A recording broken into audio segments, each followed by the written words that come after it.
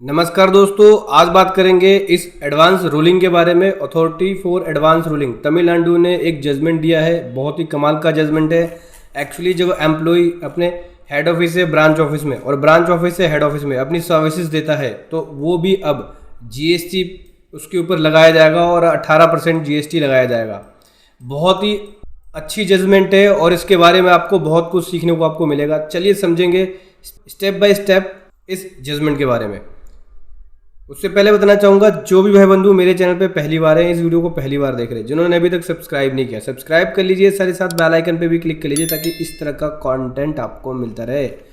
सो दोस्तों, यहाँ पे एक कंपनी है जो कि प्रॉफिट सॉल्यूशन प्राइवेट लिमिटेड करके कंपनी है और ये सर्विस प्रोवाइड करती है कंपनी। यहाँ पे एक्चुअली जीएसटी डिपार्टमेंट ने ये डिटेक्ट किया है कि इनके एम्प्लॉई जो है वो कुछ कॉमन सर्विसेज अपने हेड ऑफिस से ब्रांच ऑफिस में देते हैं, जैसे कि services like accounting services, engineering services, designing services.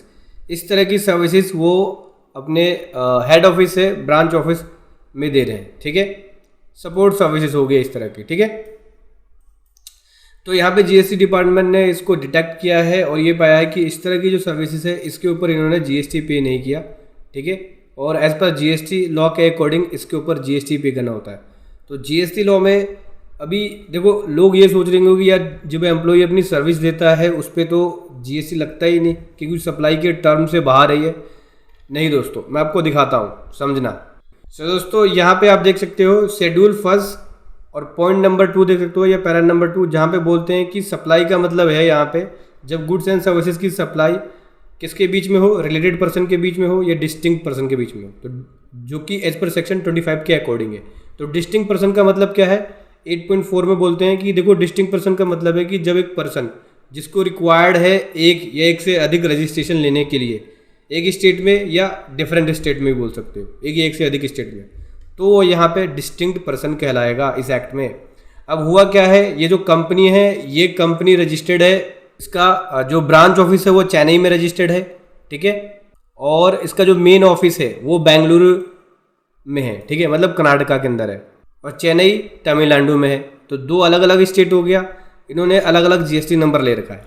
तो यहाँ पे ये एक डिस्टिंक्ट पर्सन है। कर क्या रहे हैं, ये अपने ब्रांच ऑफिस से हेड ऑफिस अपनी सर्विसेज, जो एम्प्लॉई है इनके वो सर्विसेज दे रहे हैं, जैसे कि इंजीनियरिंग सर्विसेज, डिज़ाइनिंग सर्विसेज, ठीक है, अकाउंटिंग सर्विसेज, इस तरह की सर्विसेज वो अपने हेड ऑफिस से ब्रांच ऑफिस और ब्रांच ऑफिस से हेड ऑफिस दे रहे हैं।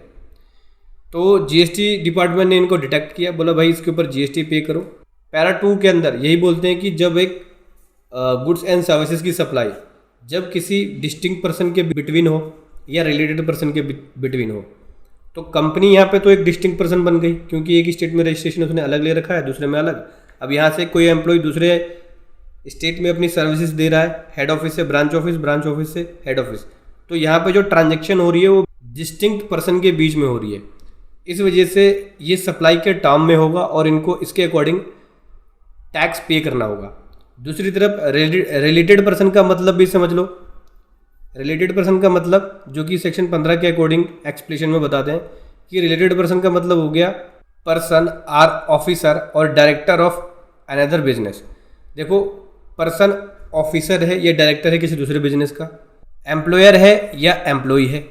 ठीक है, तो देखो सिंपल सी बात है, एम्प्लॉई काउंट हो गई यहाँ पे क्योंकि यहाँ पे रिलेटेड पर्सन के बीच में ट्रांजैक्शन हो रही है। रिलेटेड पर्सन का मतलब हो गया एक स्टेट से दूसरे स्टेट में, तो एम्प्लॉई है या एम्प्लॉयर है वो रिलेटेड पर्सन में आएगा।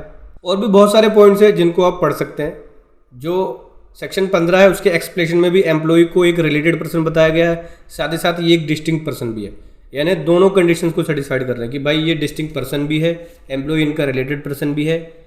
और शेड्यूल्स फर्स्ट के पॉइंट नंबर 2 में ये बोलते हैं कि जब सप्लाई होती है गुड्स या सर्विसेज की एक रिलेटेड पर्सन के बीच में या एक डिस्टिंक्ट पर्सन के बीच में, तो वो सप्लाई के टर्म के अंदर आएगा और उसके ऊपर जीएसटी पे करना पड़ेगा।